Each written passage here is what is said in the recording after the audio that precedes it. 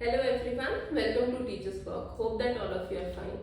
आज के हमारे इस वीडियो में हम एक रिपोर्ट के बारे में बात करेंगे जो कि मिनिस्ट्री ऑफ एजुकेशन ने जारी की थी after the release of board results.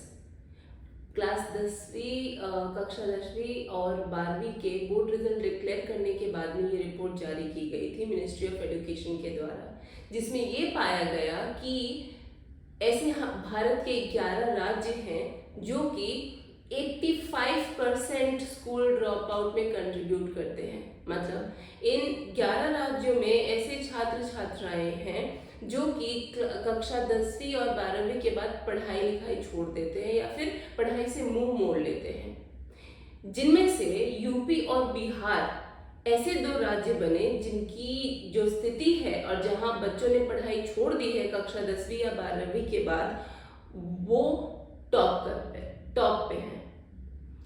इन दोनों राज्य के साथ बाकी जो राज्य हैं वो हैं आपके मध्य प्रदेश, तमिलनाडु, राजस्थान, गुजरात, वेस्ट बंगाल, हरियाणा, छत्तीसगढ़। ये ऐसे राज्य हैं जहां बच्चों के स्कूल ड्रॉप आउट दिन प्रतिदिन बदतर होते जा रहे हैं।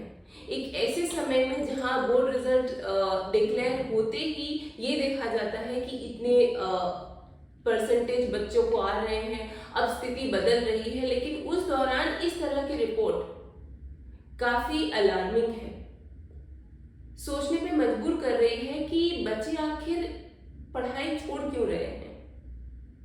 कक्षा 10वीं की अगर हम बात करें तो 30 लाख ऐसे बच्चे हैं इस साल जिन्होंने कक्षा 10वीं के बाद पढ़ाई से मुंह मोड़ लिया या फिर पढ़ना छोड़ दिया। वहीं दूसरी तरफ अगर हम कक्षा 12वीं की बात करें तो कक्षा 12वीं के स्टूडेंट्स जो है उनका ड्रॉप आउट रेट 77% रहा।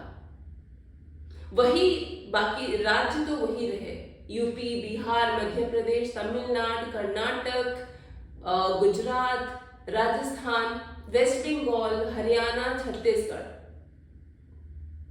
अब जब मिनिस्ट्री ने इन सारे रिपोर्ट्स की असेसमेंट की, ये देखने के लिए कि पता चले कि क्लास 10 और 12 के बच्चों को ऐसे बोर्ड के बच्चों को ऐसे कौन से चैलेंजेस फेस करने पड़ते हैं, तब उनकी प्रॉब्लम्स और इन ड्रॉप आउट्स के संभावित जो रीजंस हैं वो कुछ इस तरीके से सामने आए।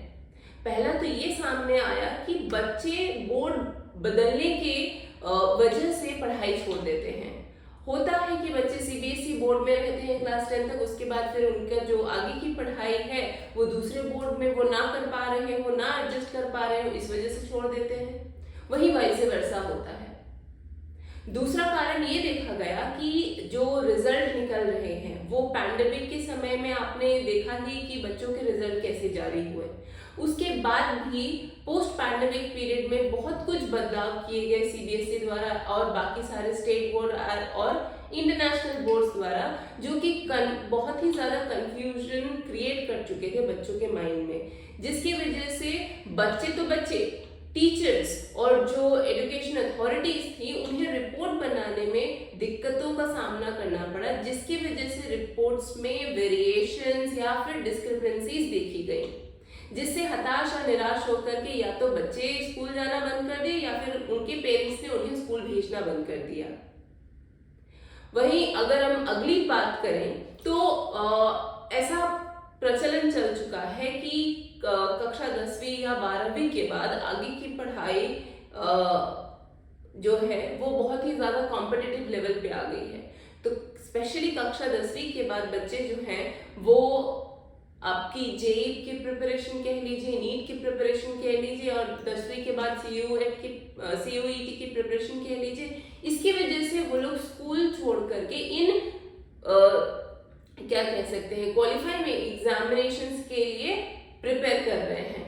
क्योंकि स्कूल्स जो है स्कूल्स में उन इस तरह की मानसिकता रखने वाले पेरेंट्स या बच्चों के अनुसार एक बेसिक एजुकेशन होनी चाहिए। वो जब आपकी वो क्वालिफाई कर लेते हैं उसके बाद उनका पूरा ध्यान इस तरह की कॉम्पिटिटिव एग्जामिनेशंस पे, not competitive examination, qualifying examination पे पूरा केंद्रित हो जाता है।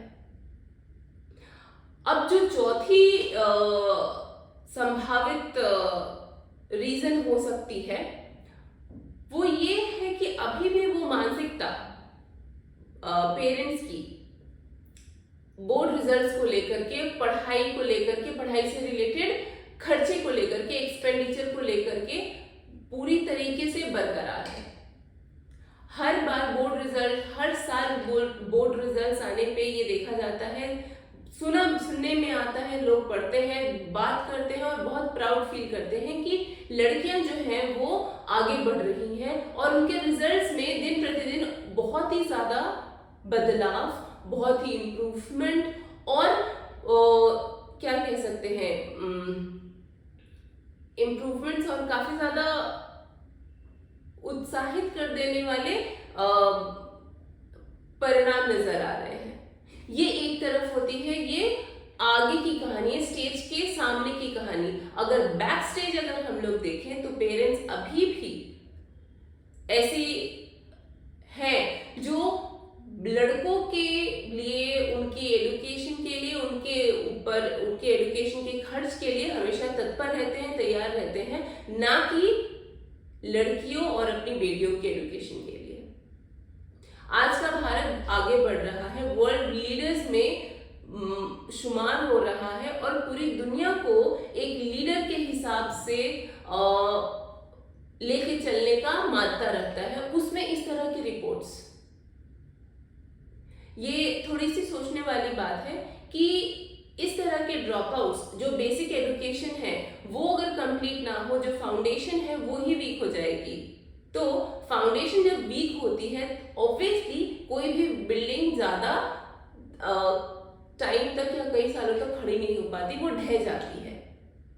तो ये हमें सोसाइटल चेंज करना पड़ेगा, हमारी मानसिकता चेंज करनी पड़ेगी या उसमें बदलाव लाने होंगे, तभी जाकर के इस तरह के प्रॉब्लम से हम निजात पा पाएंगे। मिनिस्ट्री ने अपनी रिपोर्ट तो रिलीज कर दी है और ये बहुत हद तक हम ये भरोसा रखते हैं कि मिनिस्ट्री इन सारी प्रॉब्लम्स को दूर करने की कोशिश करेगी। इसी होप के साथ आज की हमारी ये वीडियो हम यहीं पे स्टॉप करते हैं। वीडियो को लाइक और शेयर जरूर करें। हमारे चैनल पे न्यू है तो प्लीज सब्सक्राइब आवर चैनल और हमारे साथ बने रहें। मिलेंगे अब हम नेक्स्ट वीडियो में। Till then take very good care of yourself and thank you very much.